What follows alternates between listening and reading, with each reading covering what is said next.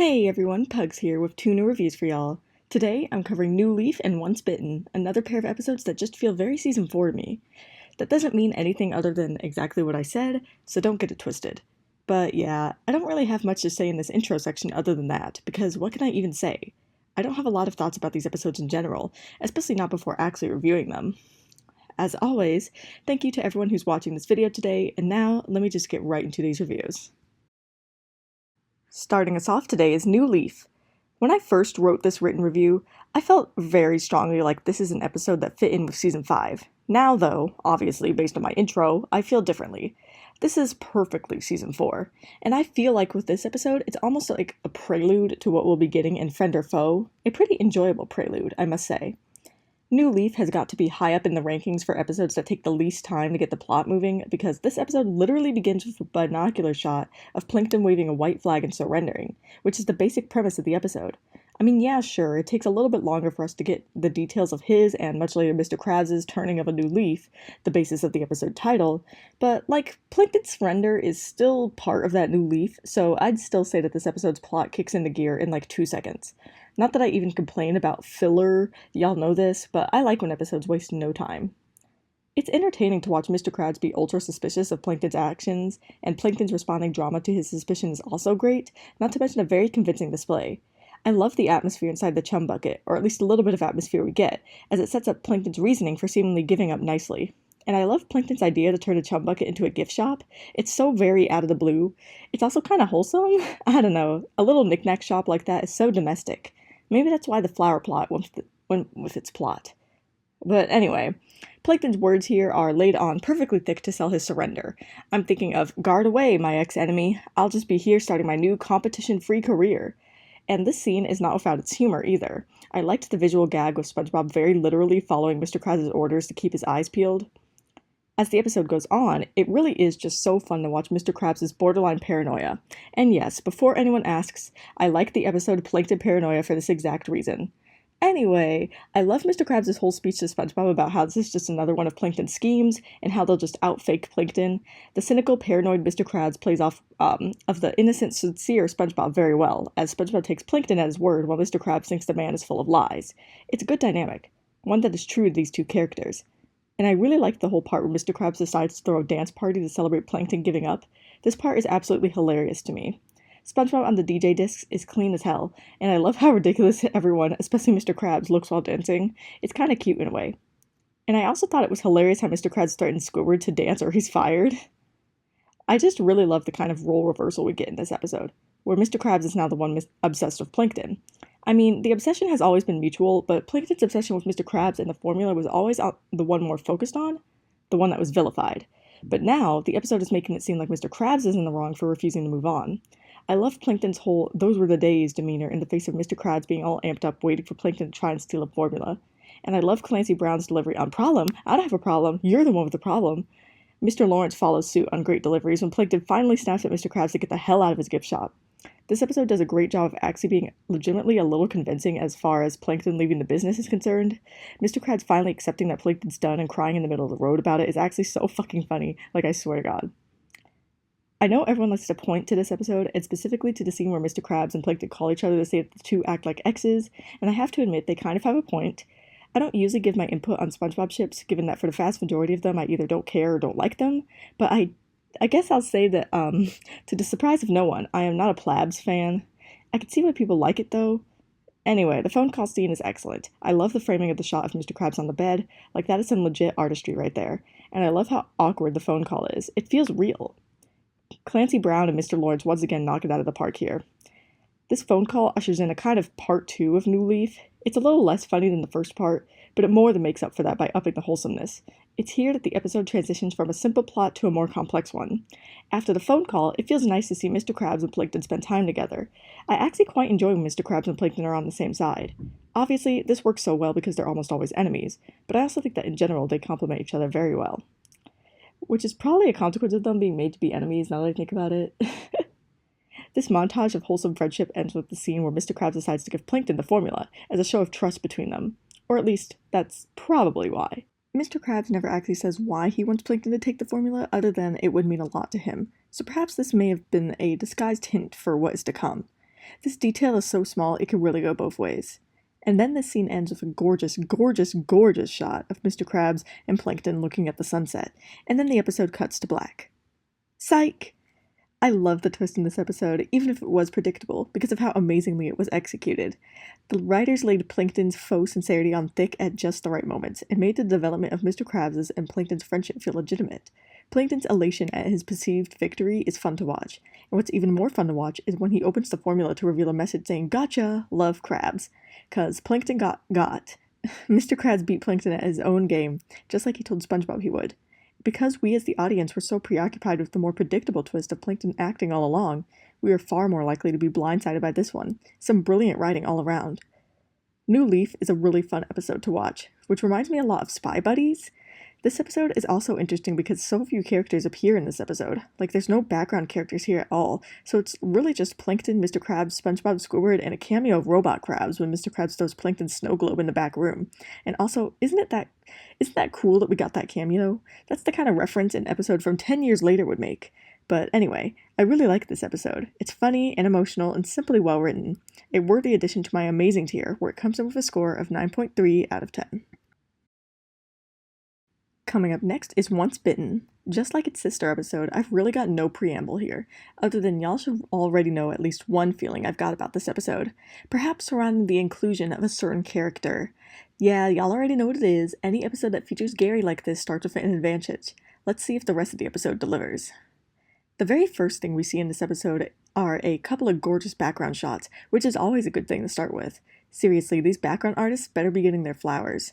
The beginning of this episode reminds me a lot of Ugh, with Squidward slipping on Gary's slime. And honestly, Gary, my king, is a comedy genius all throughout this episode. I love how he trolls Squidward in this first minute or so, watching the octopus clean up his slime and then proceeding to crawl over more of Squidward's things just because he can. Squidward starting to beef with Gary is super funny to me. He even puts up some ugly-ass poles just to keep Gary out. And just like good neighbors, his new way of keeping people off his property fails miserably. So that's 3 episodes.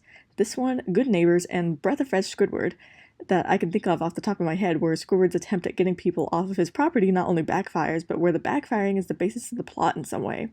Wait, no, 4 episodes, because Restraining SpongeBob also has this plot, just a little bit different since Squidward gets a restraining order and not a physical obstructor. Well, anyway, that was a thought bunny that spiraled to a whole tangent, so let me move on. I love how Squidward begins his rant to SpongeBob's calmly before starting to shout. It's a good bit of whiplash. And then the episode kicks into gear fully with Gary biting Squidward, which, as he should, honestly, but I will defend anything Gary does at this point, mostly. There's 1 or 2 episodes that even I can't defend my man's on, but luckily those are far, far away. I love how Patrick shows up randomly just to start causing chaos with his mention of mad snail disease. Patrick's so serious about this shit too, which makes it funnier. And all of Bill Fogarbachi's deliveries here just make the whole thing. Once Bitten frankly does a great job at demonstrating how baseless hysteria and mass panic start. I mean, let's think about it. Patrick comes in with no source other than I made it up, or as we like to call it, pulling it out of his ass, and then Squidward believes him after already being primed to think that he may have caught something from Gary, so that's confirmation bias. Squidward convinces himself that he has symptoms. He didn't notice that he had a sore throat until Patrick mentioned it, a pretty key sign that he's just tricking himself. And then he starts following all the symptoms Patrick lists to a T as the episode goes on. So once Squidward's convinced and runs off freaking out, word starts spreading and then everyone's freaking out. I just think this is a pretty realistic depiction of how these kinds of mass panics start. I love it. I also love the pure chaos of this episode, beginning once everyone realizes that Gary is missing and then Patrick runs off screaming. I love the increasingly wide shot as SpongeBob shouts Gary's name. I don't know, it's such a small moment in the scheme of things, but I like it. I thought all the shots were nicely painted / rendered. And if you'll allow me to go on a very brief tangent, but y'all know by now I point out small details all the time, because I think they deserve to be pointed out. I mean, episodes take months, years to create. Every small detail is considered. So I feel like I'm doing a disservice if I am not at least sometimes taking time to appreciate just a handful of these small details. That, and I'm a very detail-oriented person, I'm not always looking at the bigger picture, so it's easy for me to pick up on small things like this. Alright, tangent over, back to the review. We see the hysteria start spreading as Patrick starts telling the whole town about the mad snail on the loose, and then Gary bites someone else. I just find a lot of amusement in how dramatic everyone is. There aren't any outstanding jokes in this part, but the drama of it all is just so entertaining, so I don't mind. The news coverage of mad snail disease is legitimately amazing with the graphics and voice acting, and I love the interview with Squidward that starts out calm and ends with chaos, especially as people just start making up shit like the disease spreading through the air. As Once Bitten goes on and the zombified Bikini Bottom citizens start appearing, the backgrounds of the city start looking really cool with the burning buildings. It's some great atmosphere here. The zombie thing is made funnier once the truth is revealed because it turns out that people were just acting like zombies because of mass hysteria. I like how by the time SpongeBob gets to the Krusty Krab, it had already become an entire survival shelter. Man, one thing about Bikini Bottom, they work fast when disaster strikes. Remember the second movie? I love Mr. Krabs' line about how them not letting SpongeBob and everyone else in would be coming out of Incidental 42's paycheck, and then the guy's response that he doesn't even work there completes the interaction nicely. I just thought that was funny. And then I also thought it was funny how SpongeBob just squeezes through the doors and it still begs to be let in, and how that clues Mr. Krabs into SpongeBob being perfectly fine, and then Patrick returns just to once again attempt to cause more hysteria. When Gary appears and ends up biting SpongeBob, I love how SpongeBob still protects Gary from everyone. That's loyalty, and that's exactly the SpongeBob-Gary relationship to me. They are loyal to each other forever, so take that, a pal for Gary. Y'all thought I'd miss out on a chance for some bad episode lashings? Nah. Anyway, we then get the appearance of an excellently named character, Dr. Gil Gilliam, who finally sets the facts straight, another nod to this episode's depiction of mass hysteria. And he also finally gets that nasty splinter out of Gary. Honestly, Gary should go bite Squidward again. Bite him for me. Because how dare he cause this snail to get a splinter? Honestly, some people. Anyway, I love the ending bits of this episode, with Squidward walking in like a zombie despite that being a disproven symptom of the disease. Honestly, very relatable to Squidward here, who doesn't feel like a zombie when working service. Actually, this is a great place to plug Billy Cobb's Retail Zombies. I love that song. And yes, that's the guy who made the Gary Come Home punk rock cover. Anyway, the episode ends with Mr. Krabs getting bit by Gary after a cliche line. I'm choosing to see it as revenge for Mr. Krabs trying to get rid of Gary earlier, plus his cliche ending line. I love how innocent Gary looks too, like no malice, he's just biting him. Once Bitten is another fun episode. While it's not a super funny episode, it is very, very amusing. It also feels much shorter to me than it actually is. That's not a good or bad thing, it just is. I also really like the plot of this episode. And I know someone out there is probably thinking this, but no, this episode does not feel similar to the COVID pandemic to me at all, because there was actual reason to be panicked when COVID came around. There still is a good reason, given how society has just decided to leave disabled people to die, and even us able-bodied folks, COVID can still fuck us up. So mask the fuck up for you and for the health of other people. Anyway, let me just dismount from my brief little soapbox and say that this episode fits nicely in my amazing tier, where it comes in with a score of 9 out of 10. As always, gotta end this video with some closing thoughts of mine. I considered moving some of the tangents during these reviews over to this ending segment, but I thought they fit well enough where they were. And besides, if I move all of my tangents to the closing thoughts, my reviews would not have nearly as much character as they do. I love my tangents. Hopefully y'all do too. At this point, I'm going to assume you do because we're on season 4, and I've been doing these tangents since the very first review. Anyway, I want to think back to Once Bitten real quick. This episode reminds me a lot of Quarantined Crab. It's interesting that I never really see anyone bring these two episodes into conversation with each other when they have so many similarities.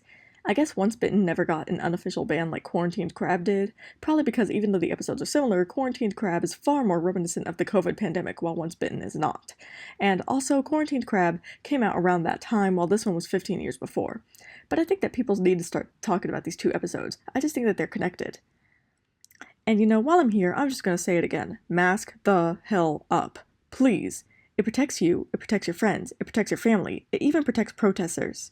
Because right now, this country is clearly gearing up to ban masks, which is a problem not only for protesting, but think of how much worse it's gonna be for disabled people if they ban masks. Just horrible. Just horrible. If masks were normalized, a ban would never be in question. And speaking of protesting, I think it's been a while since I've made my stance clear, despite it always being in the description of my videos, but I am unequivocally pro-Palestine and anti-Zionist. If you don't like that, get the hell out. I'm anti-colonialism in all forms, which is also why I want to raise awareness about Sudan, about the Democratic Republic of the Congo, about Haiti. So many horrible things going on in this world because of imperialism, because of the United States' imperialism. That's the kind of person I am, and that's the kind of people that I want on this channel. If that ain't you, leave.